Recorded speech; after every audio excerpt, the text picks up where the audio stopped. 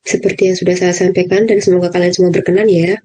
Memang kalau di RPS-nya sampai hari ini pun kita akan mempelajari annuitas, jenis-jenis annuitas, di mana annuitas itu kemarin kita sudah bahas ada enam jenis perhitungannya berdasarkan metode waktunya, kapan pembayarnya, dan pemajemukan bunganya seperti itu, apakah sama atau beda. Dan itu ketika diuraikan ada 6 jenis anuitas dengan berbagai ketentuan tersebut, dan dari 6 jenis anuitas tersebut juga rumusnya berbeda-beda seperti itu. Nah, tapi semoga kalian berkenan. Menurut saya daripada hanya belajar rumus-rumusnya saja, kita juga kalau bisa belajar penerapannya seperti itu. Nah, ini masih saya rancang, jadinya masih saya rancang kira-kira penerapan tentang apa saja yang bisa kita pelajari gitu. Karena tentang suku bunga ini, annuitas ini bisa diterapkan di berbagai bidang, di berbagai sektor, misal di perbankan, kemudian terkait penyusutan, kemudian menghitung probabilitasnya, kemudian tentang bisa juga untuk sektor keuangan lagi, yaitu asuransi, menghitung perkiraan angsurannya berapa, kemudian preminya berapa, dan seterusnya, dan perkiraan yang diperoleh berapa, seperti itu. Kemudian juga kalau di dunia manajemen keuangan, besok mungkin kalian bisa mempelajari tentang biaya investasi. Kalau di manajemen keuangan kan ada 3, pendanaan, investasi, dan juga dividen. Tuh, manajemen ada 3 kalau di keuangan. Nah, ternyata dari semua itu rumus annuitas, rumus dasar bunga, yaitu nilai waktu dari uang, itu ternyata diterapkan di banyak hal tersebut seperti itu, termasuk di manajemen keuangan. Misal kalau di manajemen keuangan itu tentang biaya bunga gitu.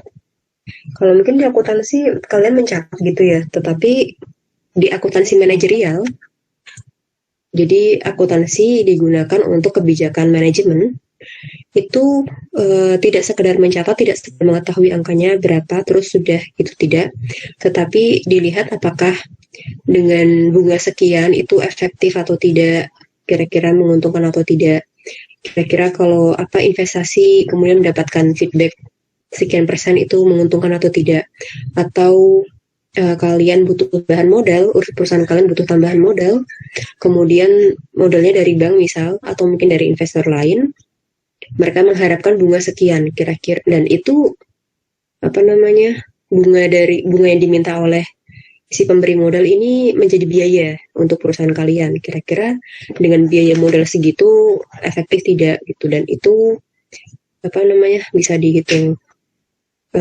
Salah satunya itu dengan rumus-rumus tentang matematika keuangan, dalam hal ini seperti PV, present value, future value, dan sebagainya.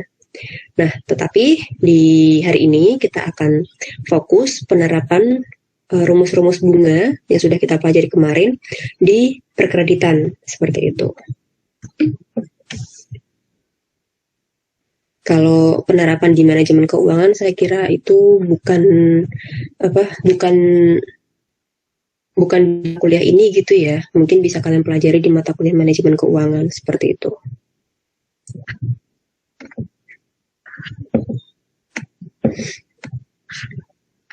Nah, ini masih sederhana.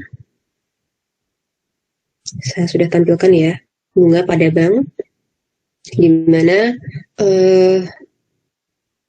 matematika keuangan yang sudah kalian pelajari, simple interest, compound interest, kemudian yang terakhir adalah annuitas. Ternyata semua itu bisa diterapkan di perbankan, dimanfaatkan oleh industri keuangan, yaitu perbankan.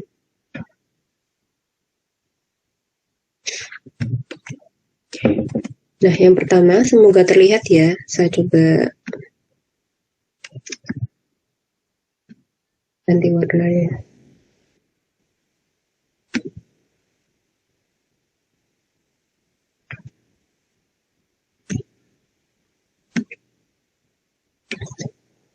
Pertama, bunga pada investasi. Dalam hal ini, di perbankan, itu adalah untuk investasi misalnya deposito. Kalau bank, itu kan punya 3 produk. Produk yang untuk nasabah, yaitu tabungan, giro, dan juga deposito.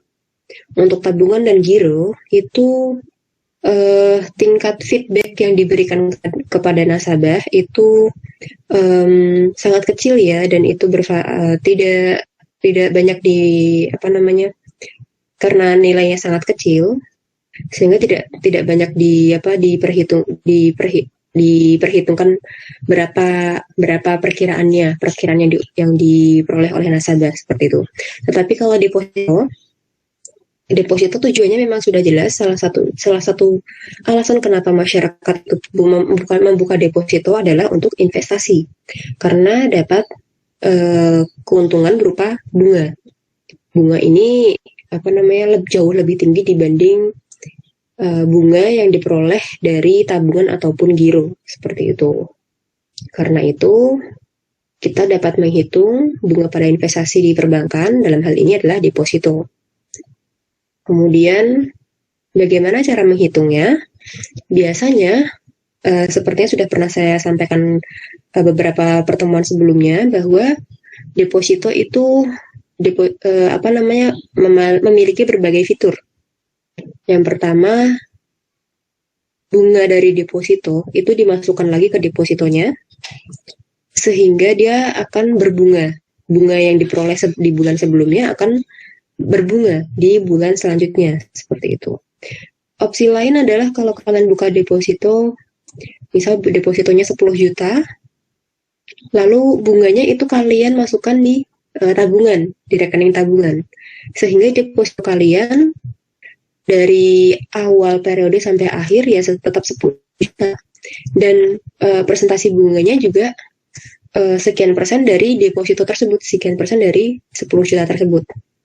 Sementara kalau komponen invest, misal kalian depositonya 10 juta, kemudian bunganya misal 1 bulan 1%, berarti berapa itu? 100.000 ya. 100.000, sehingga di bulan kedua, deposito kalian adalah 10.100.000 dikali 1%. Nah, untuk lebih nyaman mungkin kita bisa bentuk tabelnya.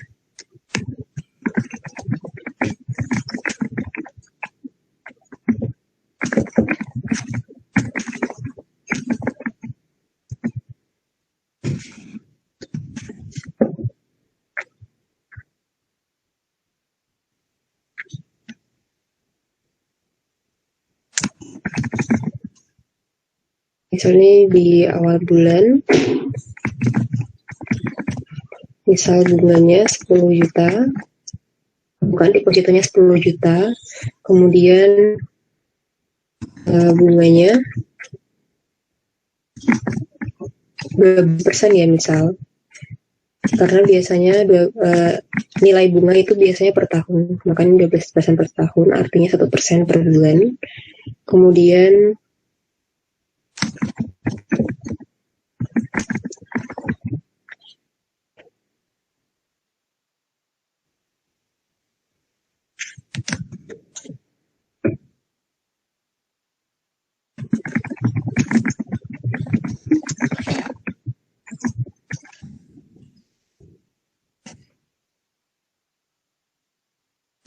seperti ini. Misal dia sifatnya 3 bulan, maka setiap bulan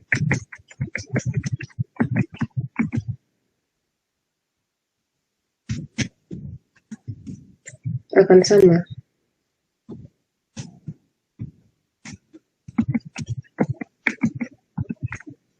Bunganya juga pastinya sama. Ini bulan ke-0 berarti belum dapat itu ya, belum dapat bunga. Kemudian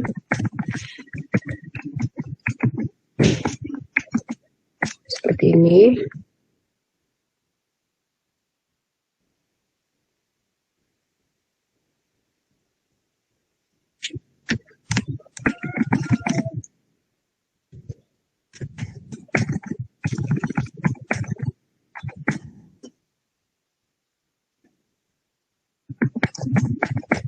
Nah, seperti ini. Misal depositonya selama 3 bulan.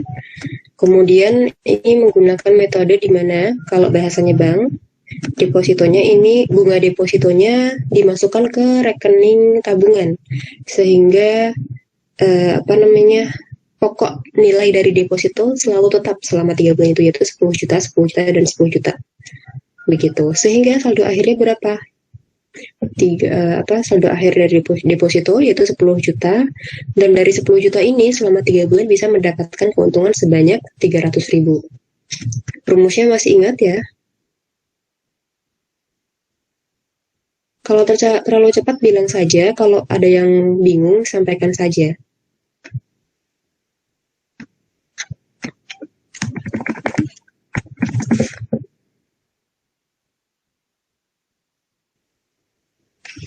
Rumus dari simple interest, S sama dengan P IN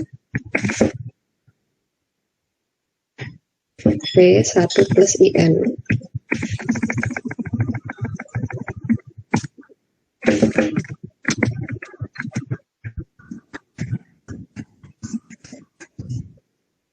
Bunganya berapa? 1% kali 3.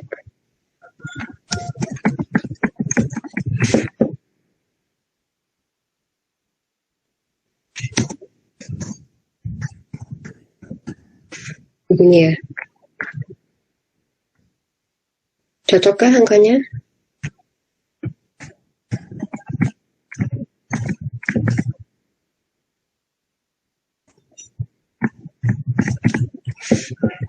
Nah, ini adalah penerapan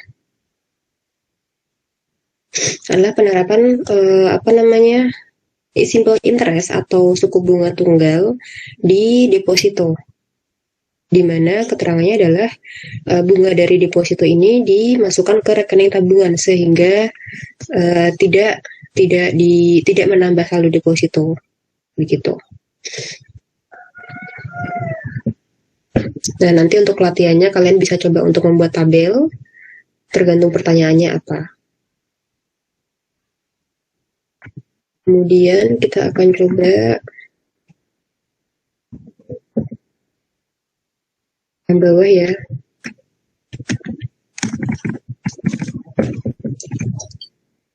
Compound interest.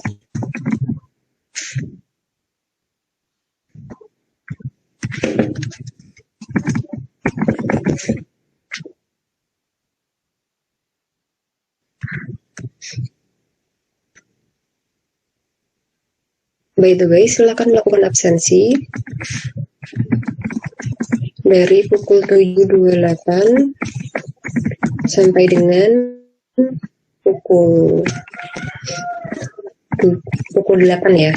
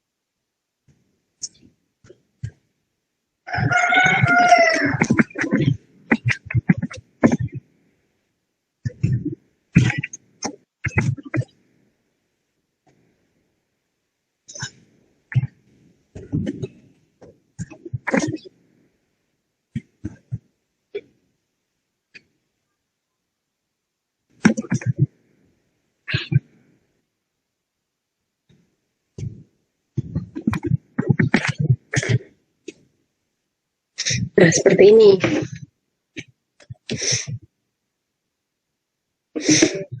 Ketika kalian memilih opsi biasanya kalau kalian membuka deposito di bank itu kalian punya opsi ini bunganya mau dimasukkan ke deposito atau dimasukkan ke rekening tabungan saja seperti itu.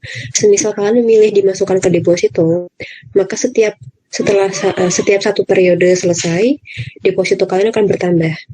Misal di awal kalian deposito hanya 10 juta.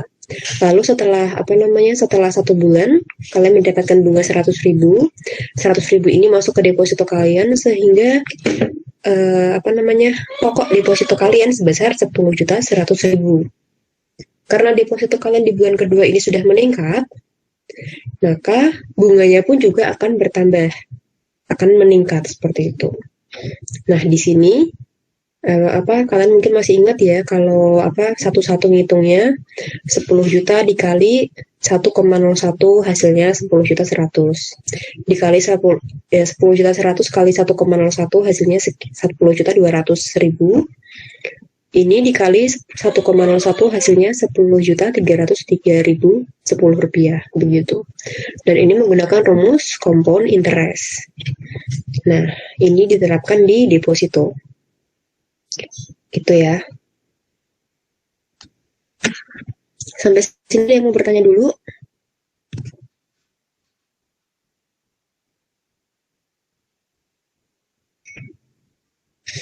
Lalu bagaimana dengan bank syariah? Pertama, bank syariah itu tidak menggunakan bunga. Jadi kalau di bank syariah, jadi sedikit tambahan pemahaman ya. Perbankan itu punya 3 produk, tabungan, giro, dan juga deposito. Bank syariah ataupun bank konvensional semuanya produk untuk menghimpun dana, untuk mengumpulkan dana, atau untuk menampung dana dari masyarakat, produk 3 ini. Tabungan, giro, dan deposito. Bank syariah pun demikian. Tetapi perbedaannya kalau bank syariah itu tidak memberikan bunga seperti itu. Deposito itu bank syariah untuk produk deposito memberikan berupa bagi hasil. Begitu. Karena akadnya beda ya. Ini nanti semoga kalian pelajari di mata kuliah yang lain. Pada intinya kalau di bank syariah akadnya beda sehingga tidak ada bunga. Uang yang didepositokan oleh masyarakat di bank syariah itu menjadi investasi gitu. Dan investasi ini nanti akan memperoleh bagi hasil. Perhitungannya tidak seperti bunga di bank konvensional, tidak seperti itu. Karena kalau investasi, keuntungan yang diperoleh kan itu tidak stabil, tidak selalu sama setiap bulannya. Begitu. Sehingga mungkin bulan ini dapatnya bagi hasilnya ya. Setelah berbagai perhitungan dari pihak bank syariah, dari deposito 10 juta, bagi hasilnya mungkin bulan ini 9.000. Kemudian bulan depan bagi hasilnya 110.000 seperti itu. Itu tergantung keuntungan yang diperoleh perbankan pada bulan yang berkaitan seperti itu. Kalau di bank konvensional kan, mau bank konvensional untung atau sedang rugi di bulan tersebut, ya tetap saja kalian dapatnya sekian gitu. Dapatnya selalu 1% per bulan begitu. Tapi kalau di bank syariah berbeda, perhitungannya jadinya berbeda. Tidak sesederhana bank konvensional gitu. Tetapi bank syariah pun juga punya produk di mana kalau kalian mau deposito, bagi hasilnya boleh dimasukkan ke depositonya lagi, atau bagi hasilnya ingin kalian masukkan ke tabungan seperti itu. Itu juga merupakan opsi layanan dari perbankan begitu. Tetapi untuk nilai keuntungan feedback yang diperoleh dari deposito syariah ini tidak bisa dipastikan di awal, sehingga tidak bisa dihitung seperti ini, tidak bisa. Gitu. Bisa dipahami?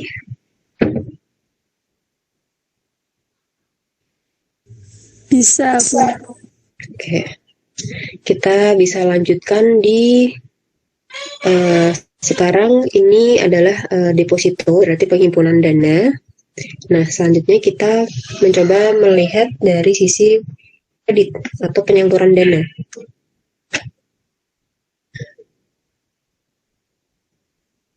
Nah, di sini untuk kredit itu perbankan, dalam hal ini perbankan konvensional, mereka bisa menetapkan bunga dengan berbagai metode.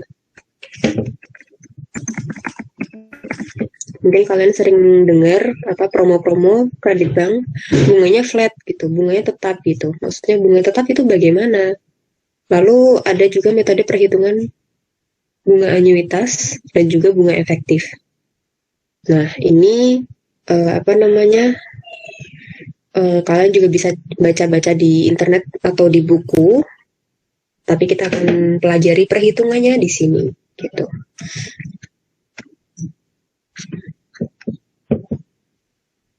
Pertama, kalau bunga tetap itu berarti menggunakan rumus simple interest. Kalau anuitas berarti pakainya rumus anuitas. Kalau ini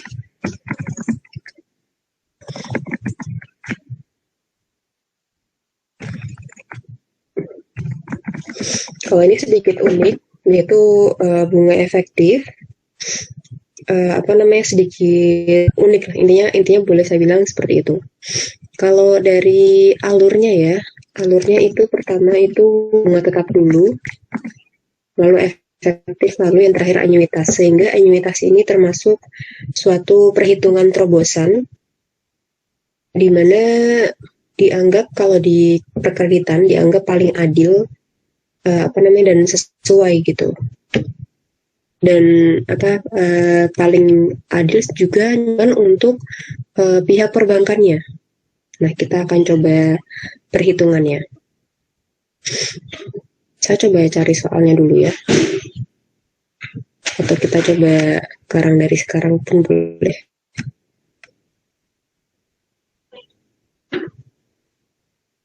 Tuan A hendak membeli motor seharga 25 juta.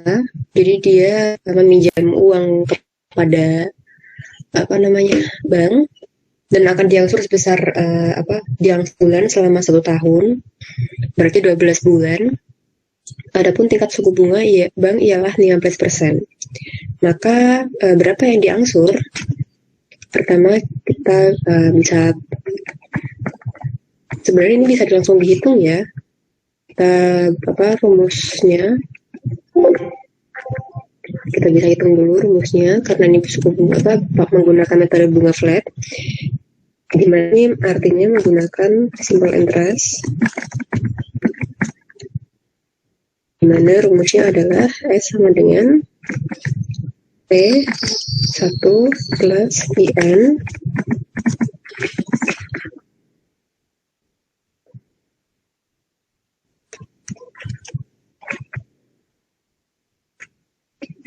ke 25 juta 1 plus, ingat ini I-nya dibuat dibuat langsung 15% bisa sih. Begini. Kenapa? Karena ini setahun. Supaya lebih menarik mungkin dibuat 10 bulan saja. Akan saya ganti deh 10 bulan. Ini biar lebih beda. Berarti di sini saya hitung dulu di luarnya. Kalau tidak dimasukkan ke sini aja. 0,15 dibagi 12 dikali 10. Kenapa demikian? Pertama, N adalah 10 bulan. Suku bunganya 15% per tahun. Berarti 15% dijadikan per bulan dulu suku bunganya. Artinya 15% bagi 12, setelah itu baru dikali 10. Maka hasilnya berapa ini? 25 juta dikali 1 plus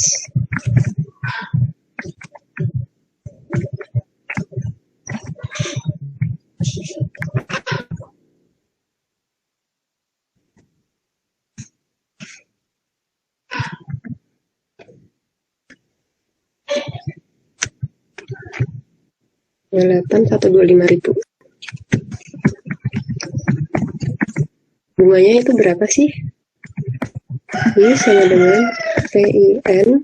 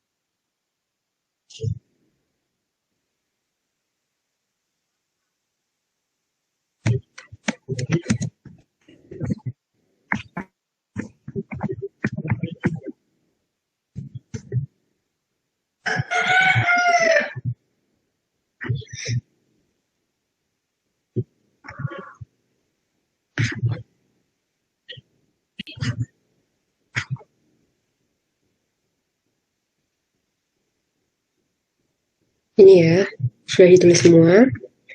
Jadi I per bulannya adalah 312.000. Lalu angsuran per bulannya berapa? 25 juta. Angsuran pokok per bulan.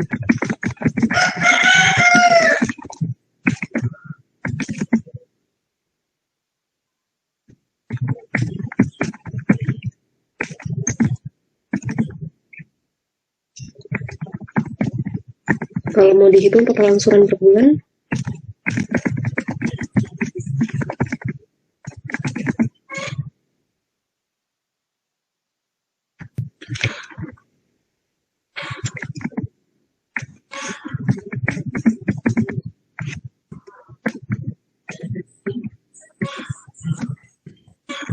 segini.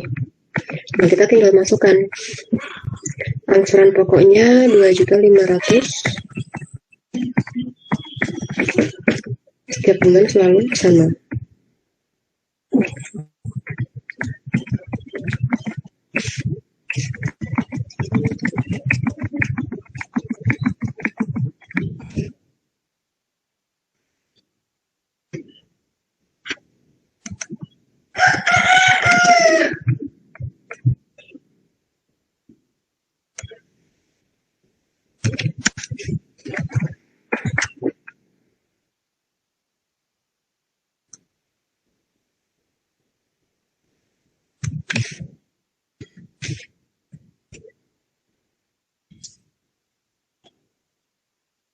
Maaf agak error.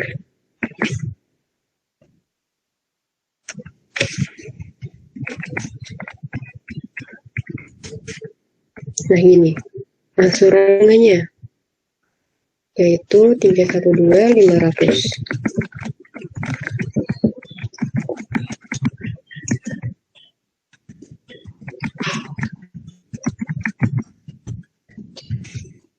Kemudian total angsurannya 2,5 ditambah 312, 2.812.500. Sama ya dengan di sini.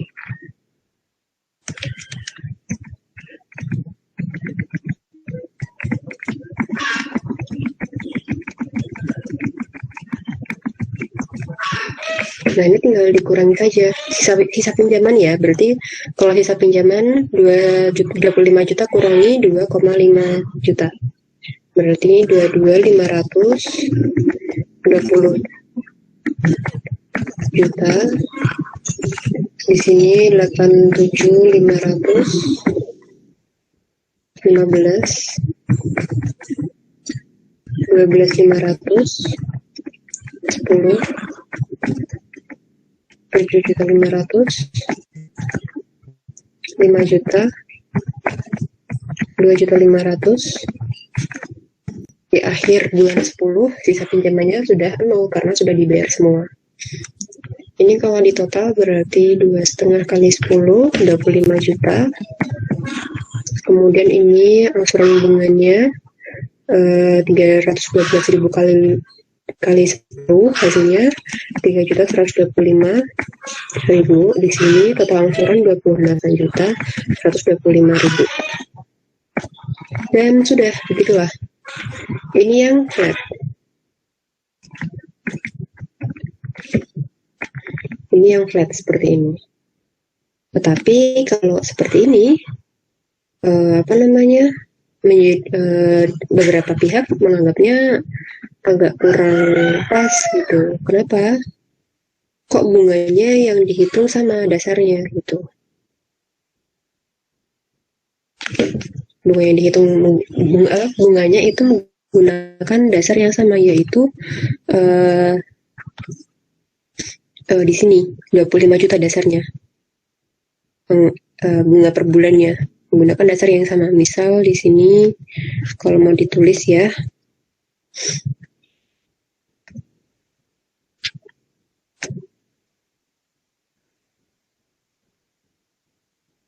bunga per bulan rumusnya 25 juta dikali 0,01 dikali 0,15 dibagi 12, hasilnya sekian. Padahal nih jadi bunga di bulan pertama sampai bulan ke-10 nilainya sama, menggunakan dasar yang sama, yaitu 25 juta dikali 15 bagi 12 berapa?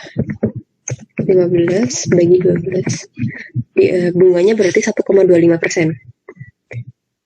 Jadi dari bulan pertama sampai bulan terakhir, bunga yang dibayarkan itu 1,25% dari 25 juta. Padahal di bulan ke-9 ini sisa pinjamannya hanya sekian.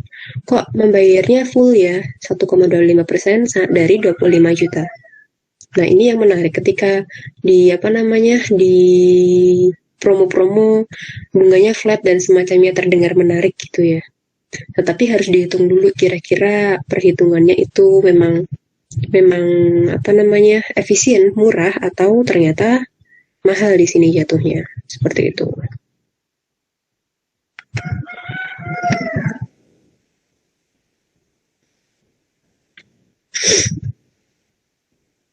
Kemudian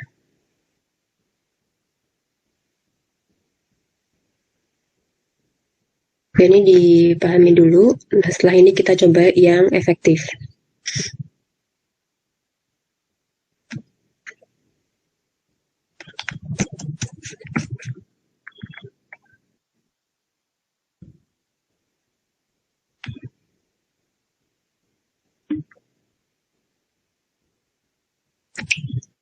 Ini bisa dipahami ya, masih mudah. Kemudian kita akan coba yang versi efektif.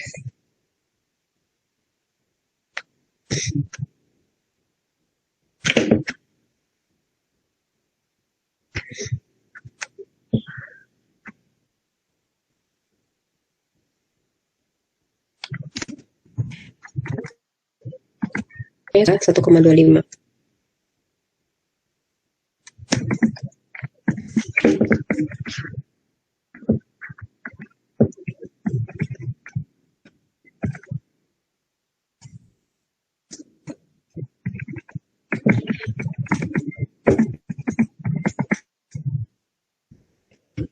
Begini. Kemudian untuk cara sederhananya adalah kita langsung hitung saja. Misal di sini 25 juta, kemudian bunganya adalah 312.500, masih ya, total angsurannya di bulan pertama masih sama. Tetapi di bulan kedua bunganya itu berbeda. Seperti itu. Bunganya yang menjadi berbeda.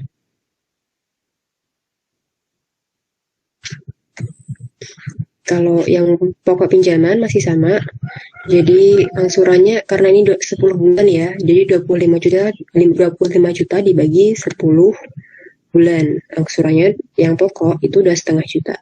Tetapi untuk perhitungan suku bunganya berbeda. Maka di sini 22.500 dikali 1,25%. Hasilnya berapa?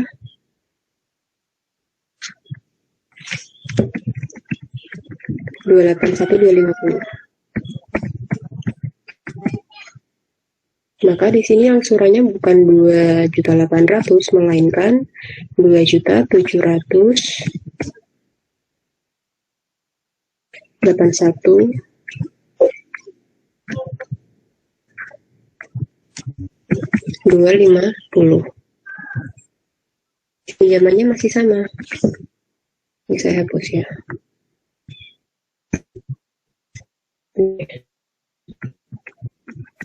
Karena setiap bulan angsuran pokoknya sama, maka sisa pinjamannya sama seperti yang bunga flat tadi. Hanya saja perhitungan bunganya itu dianggap lebih efektif jika sesuai dengan sisa pinjaman. Seperti itu. Nah, sekarang untuk bunga bulan ketiga, 20 juta dikali 1,25%. Yaitu 250.000. Angsurannya di bulan ketiga adalah 2.750.000. Kemudian di bulan keempat 17.500 ya dasarnya.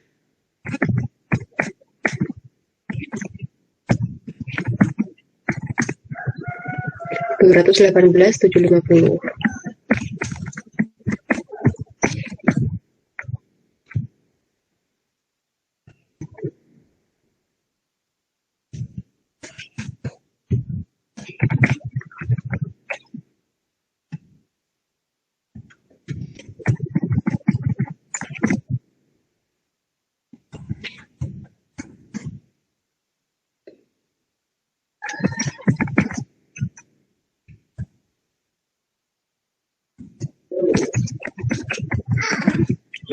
Kalau saya ada yang keliru nulisnya, tolong sampaikan saja.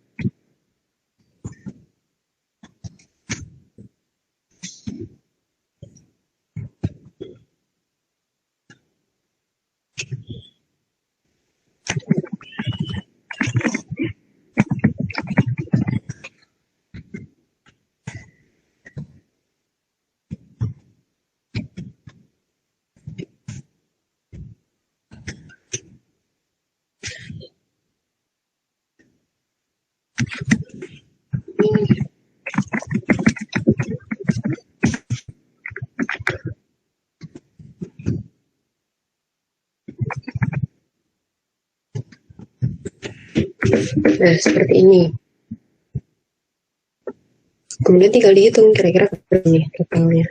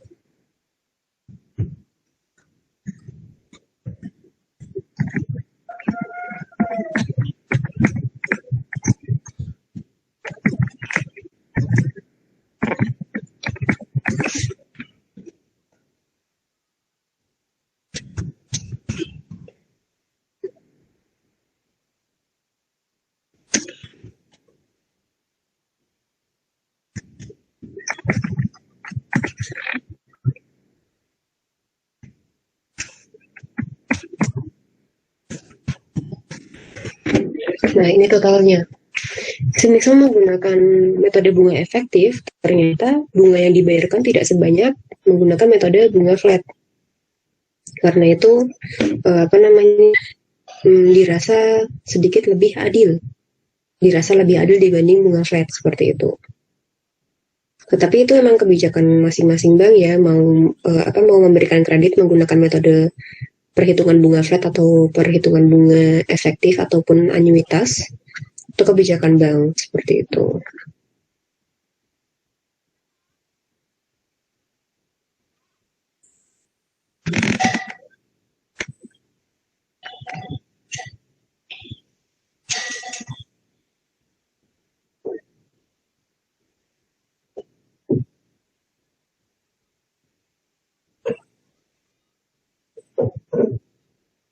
Kemudian yang menjadi masalah adalah angsurannya setiap bulan berbeda. Ketika angsurannya setiap bulan berbeda, maka pihak perbankan akan susah untuk menyampaikan kepada nasabahnya. Kok angsurannya beda ya setiap bulan? Jadi nasabah juga bingung mau angsur berapa gitu. Jadi ini agak kesusahan. Untuk rumusnya sendiri, untuk metode bunga efektif ini memang apa namanya, memang beruntun karena menggunakan dasar sisa pinjaman bulan sebelumnya seperti itu. Sehingga biasanya dibantu menggunakan Excel seperti itu. Sampai sini ada yang mau bertanya dulu?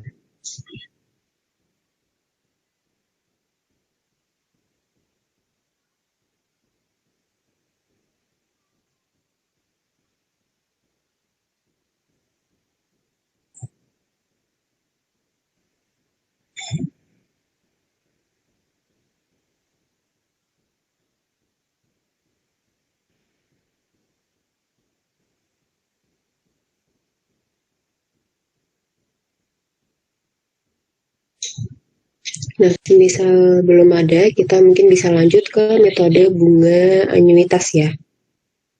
Dan ini sudah pernah kita pelajari di pertemuan kemarin.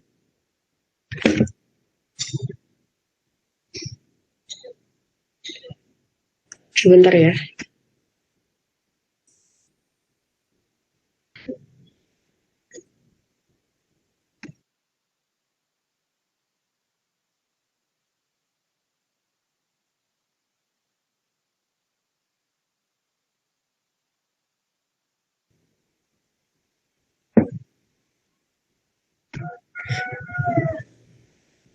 Sekarang berarti yang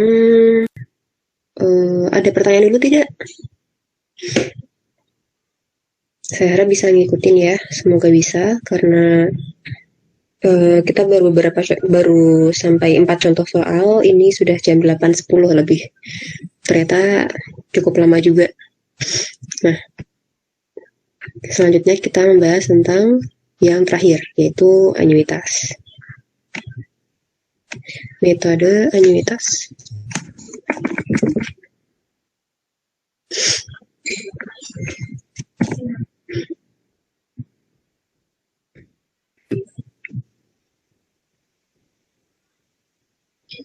Nah, di sini kita sudah tahu seperti seperti biasa ya, kita sudah tahu berapa AN-nya, yaitu 25 juta.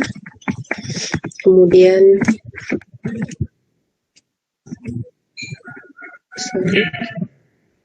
N kecil, yaitu berapa? 10 bulan. 10 kali berarti. Bunganya sudah dibuat per bulan.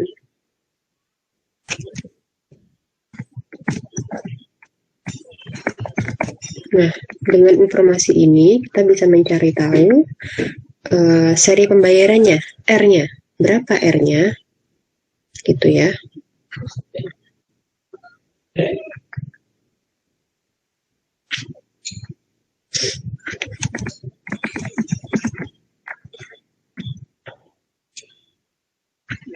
Kita kemarin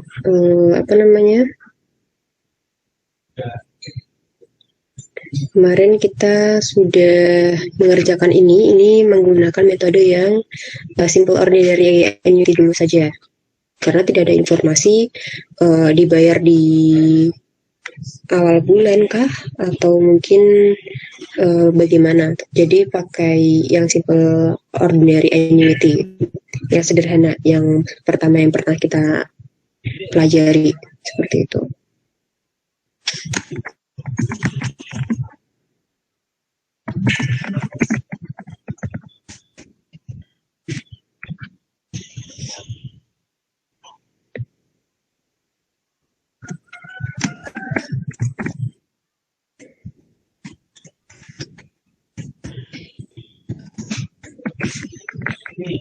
Ini ya rumusnya.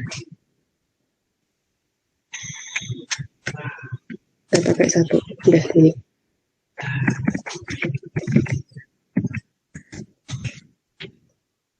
Yang awalnya dari rumus AN sama dengan R dan seterusnya.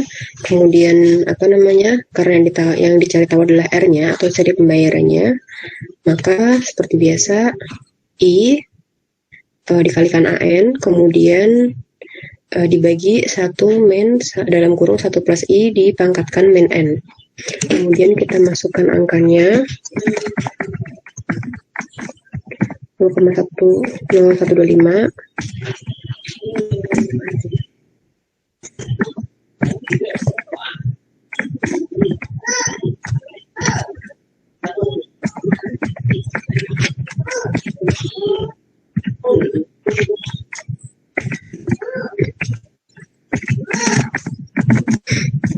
Berapa hasilnya?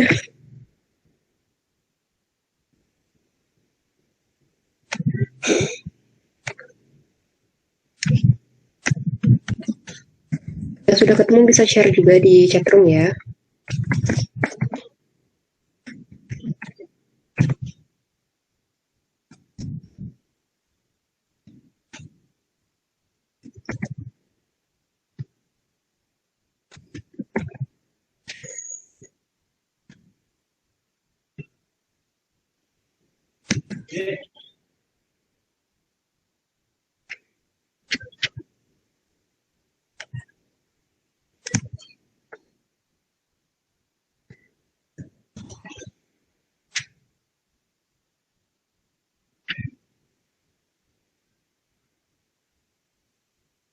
Berapa hasilnya?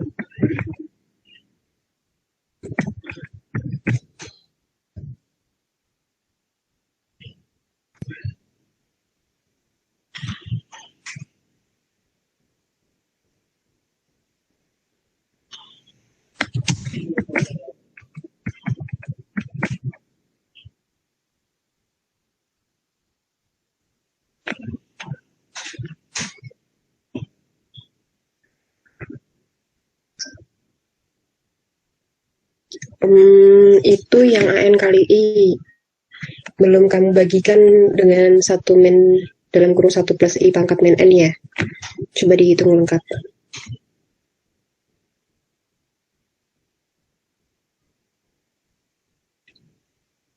Perhatikan itu ya. Terima kasih sudah menjawab Fadlika. Tetapi memang perlu hati-hati terkait dalam kurung ini. Yang dikerjakan yang mana dulu, seperti itu. Karena kalau salah alur menghitungnya, nanti hasilnya juga berbeda. Yang dihitung begini ya. Hati-hati.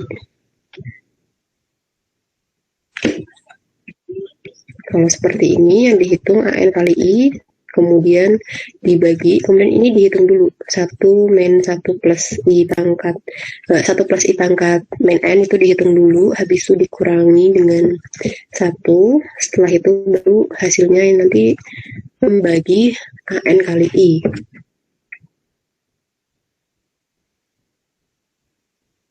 Rp2.675.000. Iya, tuh. Kita pakai apa namanya 2 dikit di belakang koma ya. Hasilnya sekian.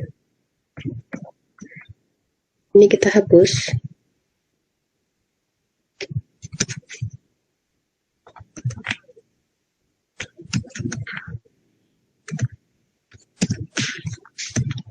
Angsurannya yang sama terus, sehingga ini memudahkan nasabah dan juga perbankan ya untuk mengkira-kira berapa sebetulnya yang yang harus dibayar dan harus ditagihkan kepada nasabahnya. Ini kalau dikalikan 10 berarti 26.075.000, 76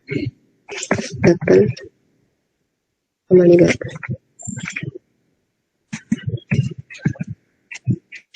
Misalnya. Kemudian terkait angsuran bunganya berapa jadinya, angsuran pokoknya berapa gitu. Ini yang kita kemarin pernah pelajari di pertemuan berapa saya agak lupa.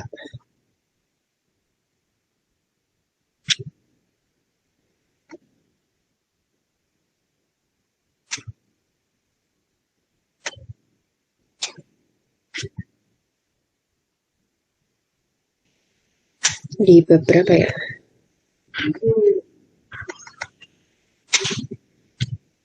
Nah ini yang kalau anuitas kalian sudah menghitung sampai menghitung hasil akhirnya nih. Tetapi kalian harus ketika di perbankan kalian perlu untuk merinci. Jadi angsurannya per bulan itu bisa terdiri dari apa sih? Terdiri dari berapa begitu? Dari nilai pokoknya berapa, dari angsuran bunganya berapa, seperti itu.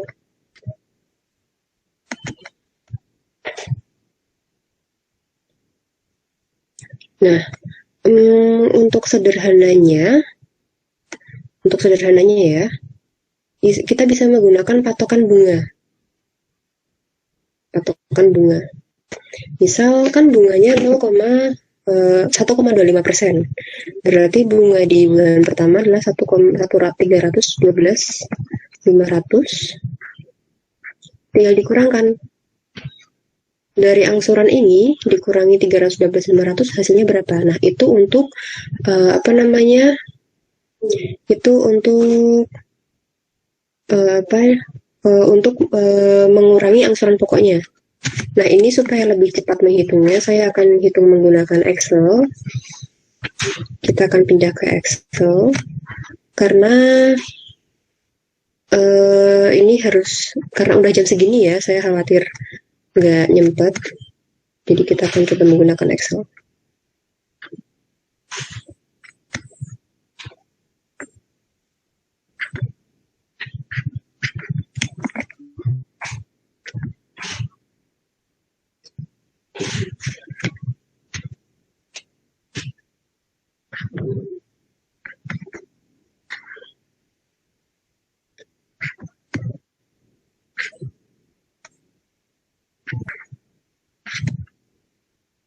Nah, semoga terlihat. Di sini saya buat kecil supaya fokus pada ininya saja.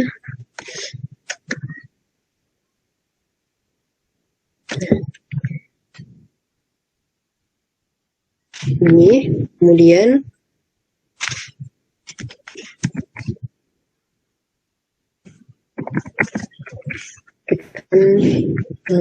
kita akan menghitung dengan bantuan Excel. Pertama, kita sudah tahu angsuran bunganya karena rumusnya adalah 25 juta dikali 0,0125%. Ini untuk bunganya. Kemudian untuk mencari tahu pokok yang berkurang berapa, maka total angsuran dikurangi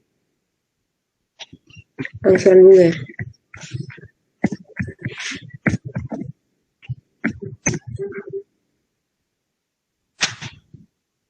Seperti ini.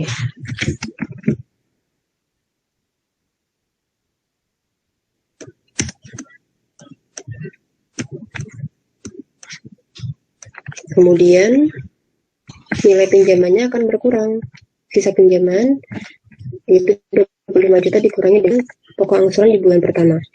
Kok ini gede semua ya? Saya bingung.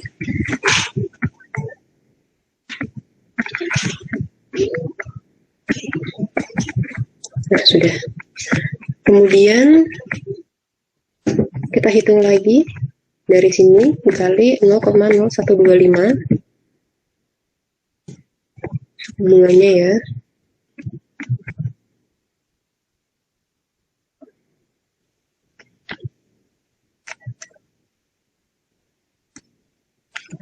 Ini tidak ada komanya, ada koma di belakang.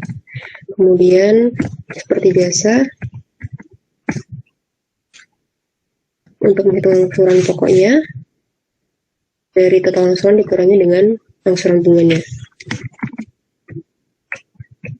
Kemudian kita hitung lagi sisa pinjaman, yaitu dari sisa pinjaman bulan kemarin dikurangi angsuran di bulan kedua.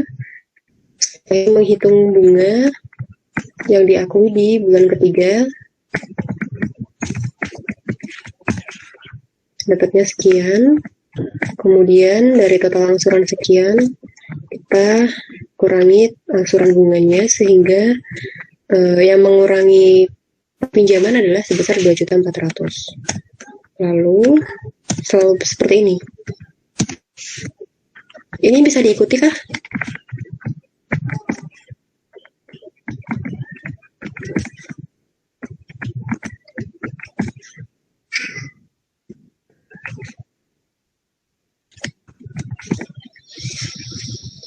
Bisa di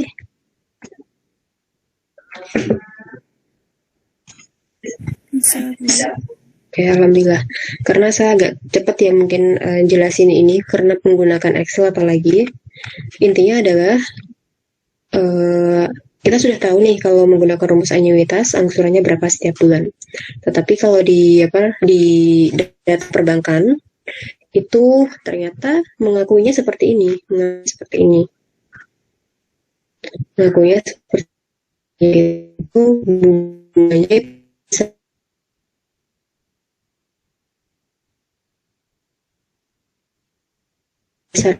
dasar perhitungan dikali sisa pinjamannya. Metode ini dianggap lebih mudah dipahami oleh masyarakat karena angsurannya setiap bulan itu sama. Kemudian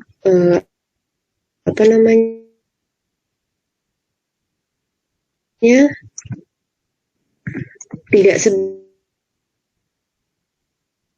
sebesar metode flat ya, bunga flat tadi tidak sebesar itu. Tadi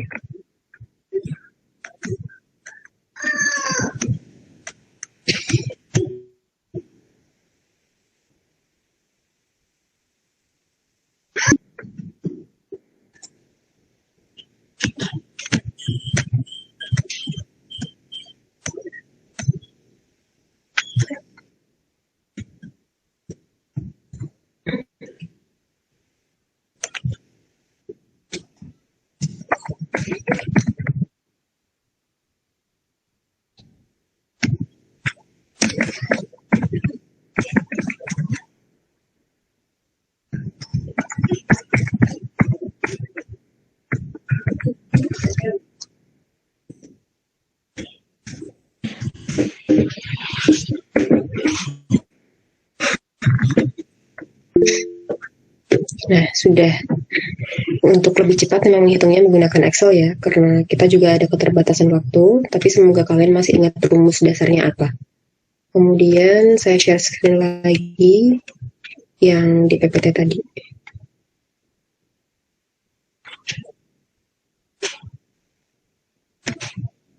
Nah, ini.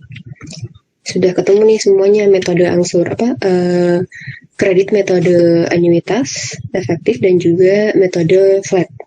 Ternyata kalau kita lihat lebih murah yang mana gitu. Di sini kalau ditulis di sesi akhir ya akan lebih murah yang efektif, tetapi ya lebih murah yang efektif karena di sini yang efektif hanya total yang dibayarkan adalah 26.718. Kalau di bunga anuitas sekitar 26.750, selisih 38 ribuan. Ini baru pinjaman sebesar 25 juta. Kalau pinjamannya miliaran pasti sangat sangat terasa. Hanya saja dengan angsuran setiap bulan yang sama itu memudahkan masyarakat ataupun pihak perbankan untuk menagih berapa yang harus dibayar oleh nasabah, oleh kreditur, oleh masyarakat yang meminjam seperti itu. Sampai sini ada pertanyaan dulu?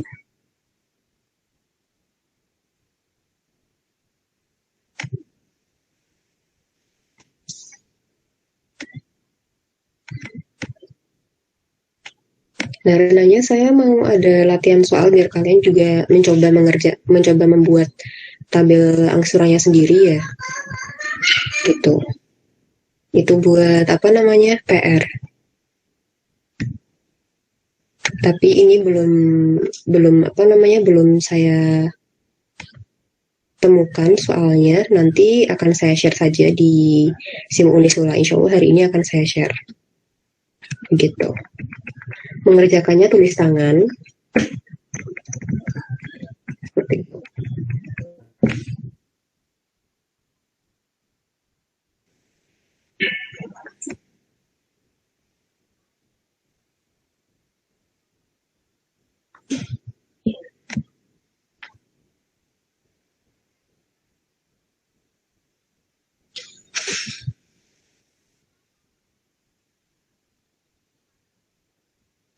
Kemudian ini yang di perbankan konvensional. Kemudian bagaimana dengan yang di bank syariah? Nah, ini yang terakhir, tetapi saya belum nemu perhitungannya yang bisa saya share. Pada intinya adalah kalau di bank syariah, tadi kan kredit atau Ya, kredit sih, lending. Tuh. Kalau di perbankan konvensional, bank riba itu mereka menggunakan metode mereka istilahnya adalah kredit. Kalau di bank syariah istilahnya adalah pembiayaan seperti itu. Karena dari sisi bahasa kredit itu lebih pada pinjaman, pinjaman. Sementara kalau di bank syariah itu pembiayaan itu bukan pinjaman uang seperti itu. Itu bisa kalian pelajari nanti mungkin di akad ya, yang membedakan antara pinjam uang dengan beli barang dalam cara cicil seperti itu. Kalau di sini memang kasusnya adalah membeli motor dengan harga 25 juta. Kasusnya segitu. Kemudian akadnya yang digunakan di bank konvensional itu adalah pinjam-meminjam gitu. Jadi ibaratnya terserah kamu nasabahnya itu memang benar-benar mau motor atau tidak, tetapi akadnya adalah pinjam-meminjam. Saya ngasih kamu uang, kamu balikin saya uang, seperti itu. Kalau di bank syariah tidak bisa seperti itu. Eh, Misal ya, kalau tujuannya adalah untuk membeli motor, maka bank syariah itu kan produk pembiayaannya, atau kalau di bank konven istilahnya kredit, kalau di bank syariah pembiayaan. Nah, pembiayaan ini punya berbagai produk, berbagai jenis akad. Nah, ketika kasusnya masyarakat ini Tuan A ini hendak membeli motor, maka pembiayaan yang ditawarkan oleh bank syariah adalah dengan akad murabahah atau jual beli, sehingga eh, Tuan A ini nanti membeli motornya melalui bank syariah secara kredit, secara cicil maksud saya, gitu, secara cicil begitu. Dan karena aku jual beli, maka bank syariah pun juga boleh untuk mengambil keuntungan sekian gitu. Misal misal bank syariah juga meminta keuntungan sebesar 15%. Jual beli itu kan terserah kita sebagai penjual untuk meminta keuntungan berapa. Kita mau untung 25%, 20%, atau cuma 5%, terserah dari penjualnya. Nah, dalam hal ini ternyata bank syariah juga minta keuntungannya, dalam ini istilahnya margin, itu ternyata sama 15% gitu. Tetapi yang berbeda adalah kalau di akad dalam kontrak kerjasamanya, kontrak kerjasama antara nasabah dengan perbankan, di bank konvensional itu akadnya adalah, Tuan A pinjam uang 25 juta dan harus kembali sekian. Kalau di bank syariah akadnya adalah Tuan A membeli motor dengan harga misalnya 26.750.000. Ya sudah, begitu. Dan akan diangsur setiap bulan selama 10 bulan. Gitu. Jadi akadnya beda gitu. Dan dalam perbankan syariah, karena gimana ya, mohon maaf ya, jadi agak lompat-lompat karena memang ini kalian harus tahu dasarnya dulu, perbedaan dari bank konven dan juga bank syariah, perbedaan dari riba dan jual beli. Di mana dalam ayatnya Allah mengharamkan riba dan menghalalkan jual beli. Dalam riba, dalam pinjam meminjam, riba itu berupa tambahan. Jual beli pun kita kalau jual beli kan si penjual minta tambahan, keuntungan. Riba dan jual beli ini sama-sama ada tambahannya. Tetapi yang membedakan adalah kalau di riba ini transaksinya hanya antara uang dengan uang. Kalau dijual beli, ini akadnya murabahah, itu tidak, transaksinya bukan antara uang dengan uang, tetapi ada barang yang menempel. Dalam hal ini, di kasus ini, yaitu motor, begitu. Jadi misal nih, mungkin orang tua kalian ingin beli motor untuk kalian, kemudian ada bank konvensional, ada bank syariah, kalian bisa memilih di antaranya, mereka sama-sama punya produk. Kemudian kalau di bank konvensional seperti ini hitungannya, kalau di bank syariah bagaimana perhitungannya? Di bank syariah berarti kalau di bank syariah berarti akadnya adalah kalian membeli motor dari bank syariah, seperti itu. Misal di dealernya mungkin harganya 25 juta, tapi bank syariah menjual kepada kalian dengan harga 26.750.000. Itu tidak masalah, karena memang kalau dalam jual beli mau si penjual mau minta keuntungan berapa itu tidak masalah, boleh-boleh saja. Toh ini juga keuntungannya hanya 15% dan itu tidak terlalu tinggi, seperti itu. Yang mungkin orang tuanya penjual pasti ngerti ya, ibaratnya tuh kalau kalian menjual barang, biasanya keuntungan yang diminta 20%, 15%, 30%, seperti itu. Dan tambahan dalam jual beli itu diperbolehkan. Tapi untuk tabelnya ini belum saya tampilkan, mungkin lain kali, seperti itu. Sampai sini ada yang mau bertanya dulu? Tadi tentang jual beli di bank syariah juga boleh karena Ini kan yang sebelum-sebelumnya kan bank konvensional ya, kredit ini, angsuran ini.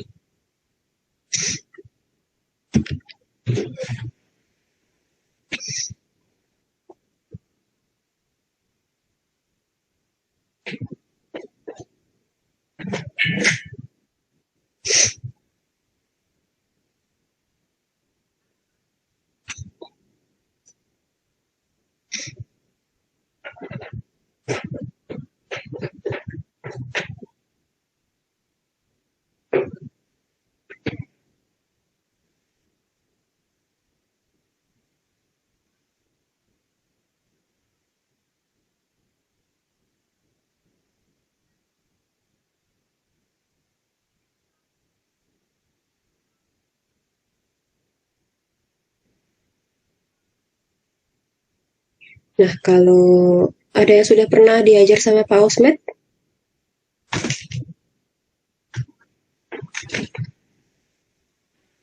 ada yang diajar oleh Pak Osmed?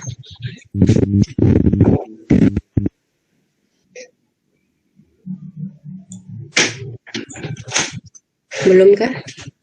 Pak Osmed itu dosen akuntansi Unisula. Kemudian beliau itu menulis buku tentang keuangan perbankan syariah. Jadi saya bisa merujuk dari buku beliau tentang metode perhitungan pembiayaan murabahah di bank syariah itu kira-kira seperti apa, seperti itu.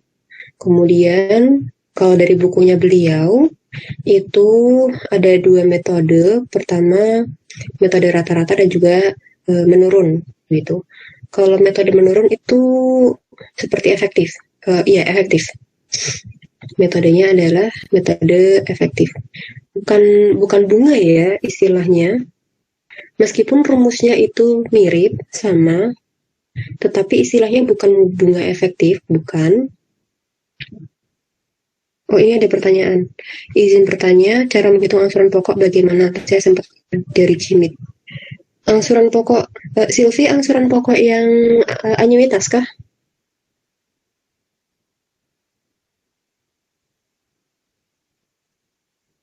Oh, oke. Untuk angsuran pokok anuitas tadi dari kan angsuran bulannya sudah ketemu.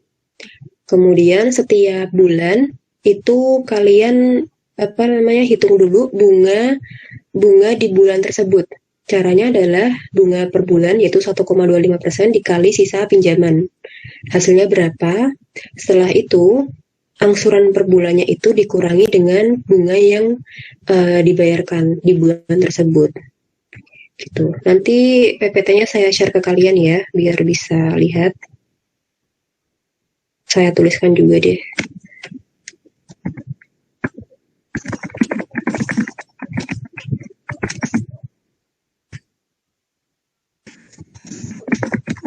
Jadi angsuran pokok adalah total langsung dikurangi angsuran bunga.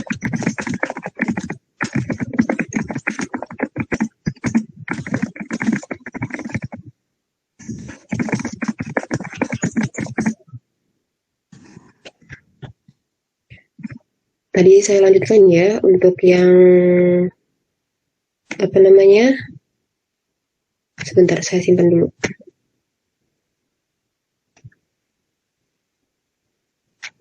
Tadi untuk yang perhitungan margin murabahah, perhitungan angsuran pembiayaan murabahah di bank syariah, itu kalau dari bukunya Pak Osmed menggunakan metode efektif, kemudian juga metode rata-rata. Nah, metode rata-rata ini yang sedikit berbeda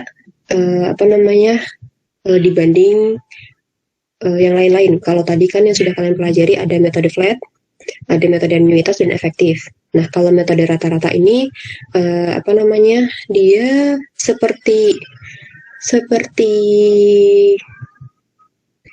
flat, tetapi tidak semahal flat gitu. Jadi Iya, seperti flat tapi tidak semahal flat gitu. Bisa dibilang seperti itu. Nanti mungkin pertemuan selanjutnya kita bisa bahas sedikit tentang itu. Kemudian apalagi ya? Oh iya, tentang tadi kan perhitungan yang yang angsuran pembiayaan murabah itu bisa menggunakan metode efektif. Kenapa kok bisa? Padahal kan tadi ini yang kita hitung bunga efektif, bunga majemuk, bunga efektif, bunga anuitas, bunga flat seperti itu. Kok bisa diterapkan di angsuran pembiayaan murabah? Karena pembiayaan murabah ini margin yang diminta itu bisa dalam bentuk persentase. Gitu. Kalian kalau jual beli, kalian punya barang terus kalian jual, kalian juga kan menghitung-hitung kira-kira aku mau ambil untung berapa persen, ya kan? Nah, karena ini dalam bentuk persentase, maka bisa angsurannya pun bisa dirunutkan, bisa dihitung dengan metode efektif ini, begitu. Seperti itu. Semoga bisa membedakan ya, semoga tidak keliru dan semoga tidak menyamakan juga, karena secara prinsipil jual beli dan riba itu berbeda, meskipun terlihat sama-sama ada tambahannya. Tambahannya pun mungkin sifatnya persentase. Tetapi hukum syaratnya itu rukun dalam akadnya itu berbeda gitu. Perjanjiannya juga berbeda. Kalau di murabahah jual beli ada barang yang menempel dari transaksi tersebut, sehingga ini bukan transaksi antara uang dengan uang. Dikasih uang, kembali uang, tidak seperti itu. Ada lagi yang mau bertanya sebelum kita tutup?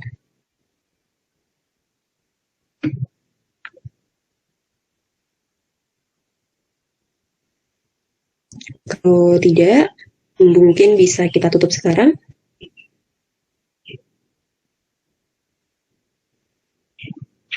Bisa ya. Baik, semoga dapat dipahami, semoga tadi tidak terlalu cepat. Nanti insya Allah akan saya share PPT-nya, kemudian akan saya kirim soal untuk PR-nya, untuk tugas kalian. Seperti itu. Dikumpulkannya mungkin ini hari Kamis, berarti mungkin mungkin Rebu depan seperti itu, biar tidak terlalu mepet gitu.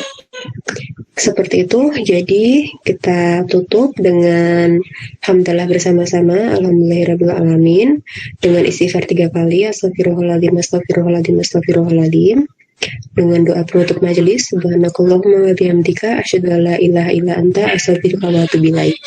Semoga apa yang kita pelajari hari ini dapat bermanfaat dan juga kalian dapat lebih memahami rumus-rumus matematika keuangan ini ternyata bisa diterapkan di sekitar kalian, sangat dekat dengan kalian, seperti itu.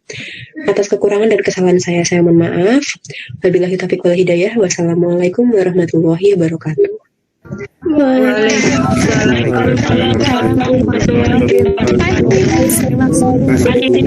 Terima kasih Bu. Ya.